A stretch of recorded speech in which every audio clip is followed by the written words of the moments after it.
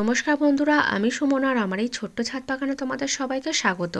কয়েকদিন আগে আমি এই পাথরকুচি গাছের পাতাটা এই বালির মধ্যে বসিয়েছিলাম। আর যখন বসিয়েছিলাম তোমাদের সঙ্গে তো শেয়ার করেছিলাম। আর কয়েকদিনের মধ্যেই দেখতে পাচ্ছি এই যে পাতার সাইডে খাঁজগুলো রয়েছে, প্রত্যেকটা খাঁজ থেকেই দেখো নতুন কিন্তু চারা বেরোচ্ছে শিকড় সমেত। আর যখন আমি এই পাতাটা বালির মধ্যে বসিয়েছিলাম ভাবছিলাম কিভাবে আবার এই পাতা থেকে চারা তৈরি হবে, যেহেতু প্রথম বসিয়েছি।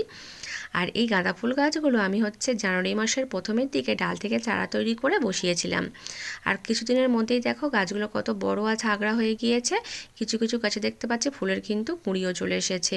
এই গাছগুলোকে কিন্তু এখনও পর্যন্ত আমি রোদ্দুরের মধ্যে বের করিনি, এখানেই ছায়ার মধ্যেই রয়েছে। আর এই বেডটার মধ্যেও কয়েকদিন আগে আমি বটবটির বীজ দিয়েছিলাম। প্রত্যেকটা কোণে দুটো দুটো করে মোট 8টা বীজ আমি এই বেডটার মধ্যে বসিয়েছি। আর এই দুটো কোণে দেখো 4টে বীজ থেকেই কিন্তু চারা উঠছে। আর এই কোণ দুটোতে কিন্তু এখনও একটাও বীজ থেকে চারা ওঠেনি, দেখতে পাচ্ছি না। আর এবারে আমি এই ধনেপাতা গাছের বেডের মধ্যে থেকে এই ফুলের গাছটাকে তুলে নেব। এটা পর্তুলিকা ফুলের গাছ। এখান থেকে এটা তুলে নিয়ে অন্য জায়গায় বসাবো। দেখো তুলে নিয়েছি। এরকম আরেকটা বড় গাছ রয়েছে, সেটাকেও তুলে নেব। আর এবারে আমি এই নয়নতারা ফুলের গাছটাকে তুলে নেব এখান থেকে, কারণ এত ছোট জায়গার মধ্যে দুটো গাছ হয়ে থাকলে কোনো গাছই ভালো হবে না। দেখো তুলে নিয়েছি। আর এই যে লেবু গাছের বেডের মধ্যেও কিন্তু একটা গাছ হয়ে রয়েছে, এটাকেও তুলে নেব। এরকম কিন্তু অনেকগুলো বেডের মধ্যে এই নয়নতারা ফুলের গাছ হয়ে রয়েছে, সেগুলোকে প্রথমে তুলে নেব, তারপরে সব গাছ আমি একসঙ্গে বসাবো। এখানে কিন্তু সব গাছ আমার তোলা হয়ে গিয়েছে। নয়নতারা ফুলের গাছ দেখো কতগুলো তুলেছি। এখনও অনেক গাছ রয়েছে, যেহেতু আমার আর জায়গা নেই বলে আর তুললাম না। আর এই দেখো এই পর্তুলিকা ফুলের গাছটা কতটা বড়। আর এই গাছগুলো আমি এই কৌটোগুলোর মধ্যে বসাবো। এই কৌটোগুলোর মধ্যে গাঁদা ফুলের গাছ ছিল, সেগুলো নষ্ট হয়ে গিয়েছে, তাই সেগুলোকে তুলে দিয়েছি। প্রথমে আমি এই নয়নতারা ফুলের গাছগুলোকে বসিয়ে নেব। দেখো মধ্যিখানে একটু গর্ত করে নিলাম, নিয়ে আর এই মধ্যিখানে গাছটাকে বসিয়ে দেব। দেখো বসানো হয়ে গেল। এরকমভাবে সব গাছগুলো বসিয়ে নেব। এখানে দেখো সব নয়নতারা ফুলের গাছগুলো আমার বসানো হয়ে গিয়েছে। আজকে কিন্তু মোট আমি 6টা নয়নতারা ফুলের গাছ বসালাম। আর এবারে আমি এই পর্তুলিকা ফুলের গাছগুলোকে বসিয়ে নেব। এই জায়গাটা কিন্তু খুব একটা গভীর নয়। প্রথমে এই গাছটাকে বসিয়ে দেব।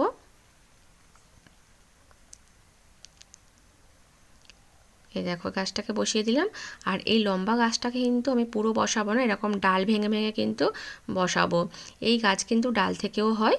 আর যেহেতু দেখতে পাচ্ছ গাছটা অনেকটাই লম্বা, আমি যদি পুরো গাছটা এর মধ্যে বসিয়ে দিই তাহলে কিন্তু নিচের দিকে ঠেকে থাকবে। এই দেখো শুধু ডালগুলো মাটির মধ্যে পুঁতে দিলেই কিন্তু কয়েকদিনের মধ্যে এইগুলো থেকে চারা তৈরি হয়ে যাবে। কারো কাছে যদি না পর্তুলিকা ফুলের গাছ থাকে, তাহলে কোথাও থেকে ডাল জোগাড় করেও কিন্তু এরকম গাছ তৈরি করা যায়। আর এইগুলো কিন্তু সব সিঙ্গেল প্যাটার্নের পর্তুলিকা ফুলের গাছ। দেখো সব বসিয়ে দিয়েছি ডালগুলো। আর এবারে এই টবটার মধ্যে আর এই কৌটোটার মধ্যে কিন্তু আরেকটা গাছ বসাবো। সেগুলো এইগুলো রজনীগন্ধা ফুল গাছের বাল্ব।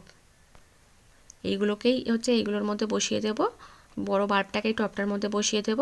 আর এইগুলো কিন্তু আগের বছরের বাল্ব। আমি ফুল হয়ে যাওয়ার পরে গাছগুলোকে সব তুলে দিয়েছিলাম। আর এইগুলোকে ফেলে দিইনি, রেখে দিয়েছিলাম এমনি। আর এখন দেখতে পাচ্ছি গাছ বেরোচ্ছে, তাই ভালো এগুলোকে নষ্ট করে লাভ নেই, বসিয়ে দিই। দেখো দুটো বাল্বই বসিয়ে দিয়েছি। এখানে কিন্তু সব গাছ আমার বসানো হয়ে গিয়েছে। আজকের কিন্তু মোট আমি 3 রকমের ফুলের গাছ বসালাম। আর এবারে কিন্তু গাছগুলোতে একটু জল দিয়ে দেব।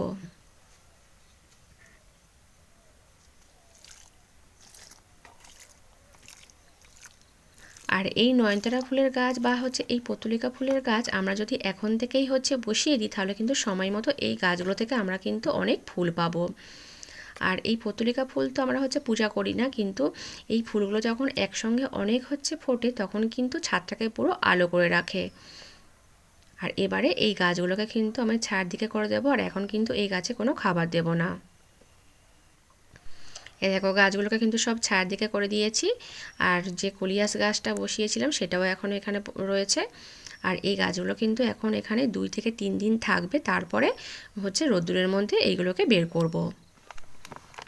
আর এই গ্রো ব্যাগটার মধ্যে দেখো একটা উচ্ছের গাছ হয়ে রয়েছে, এটাকে তুলে অন্য জায়গায় বসাবো, কারণ বেগুন গাছে দেখো নতুন কিন্তু পাতা বের হচ্ছে। এই গাছটাকে এই বেডটার মধ্যে বসিয়ে দেবো। এই বেডটার মধ্যে কোনো গাছ নেই, এই যে কুমড়োর গাছটা ওটা কিন্তু ওই গ্রো ব্যাগটার মধ্যে হয়ে রয়েছে, এটাকে এখানে বসিয়ে দেবো। আর এই উঁচের গাছটাকে কিন্তু আমি বসাইনি বা বীজও কিন্তু দিইনি, যেহেতু ওই গ্রো ব্যাগের নিচে সবজির খোসা দেওয়া ছিল তার জন্য কিন্তু এমনিতেই হয়েছে। আর এই ছোট অবস্থায় যদি গাছটাকে তুলে বসিয়ে দিই তখন ভালো, নয়তো বড় হয়ে গেলে তুলতে অসুবিধা হবে। আর দেখো গাছটাকে বসিয়ে দিয়েছি, এবার একটু জল দিয়ে দেবো।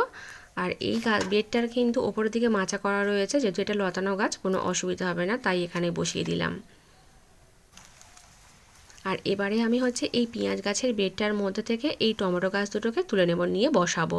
এবছর কিন্তু এই পেঁয়াজ গাছের বেডটার মধ্যে থেকে আমি কিন্তু অনেকগুলো টমেটো গাছ পেয়েছি, আর সেইগুলোকে কিন্তু তুলে বসিয়েছি, আর সেই গাছগুলোতে কিন্তু এখন ফুল ফল চলে এসেছে। দেখো তুলে নিয়েছি। আর এই গ্রো ব্যাগ দুটোর মধ্যে গাছ দুটোকে বসিয়ে দেব। ছোট গাছটা এই ছোট গ্রো ব্যাগটার মধ্যে বসিয়ে দেব। এই ছোট গ্রো ব্যাগটার মধ্যে আলুর গাছ ছিল, আর বড় গ্রো ব্যাগটার মধ্যে কিন্তু ছোলার গাছ ছিল, সেগুলোকে সব তুলে দিয়েছি। এগুলো এখন ফাঁকাই রয়েছে। আর এখন নিচের দিকের পাতা দুটোকে কিন্তু আমি কেটে দিলাম।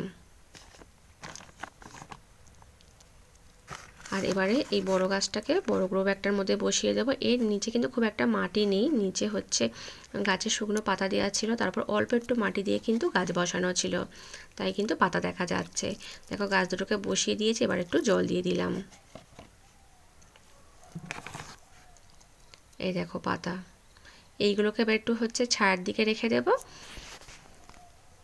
আর যে বলছিলাম যে আমি অনেক গাছ পেয়েছি, এই দেখো এইগুলো সেই গাছ। এই গাছটাতে দেখো টমেটো ধরতে শুরু হয়ে গিয়েছে, আর এখনও কিন্তু ফুলও অনেক রয়েছে। এই গাছটাতেও ফুল চলে এসেছে। আর ওপারে যে বস্তায় গ্রো ব্যাগে দেখতে পাচ্ছ দুটো গাছ, ওই দুটোও কিন্তু আমি ওই পেঁয়াজ গাছের বেডের মধ্যে থেকে পেয়েছি। আর এই গাছ দুটোকে এবার ছায়ার মধ্যে রেখে দেবো। আর আজ এই পর্যন্ত।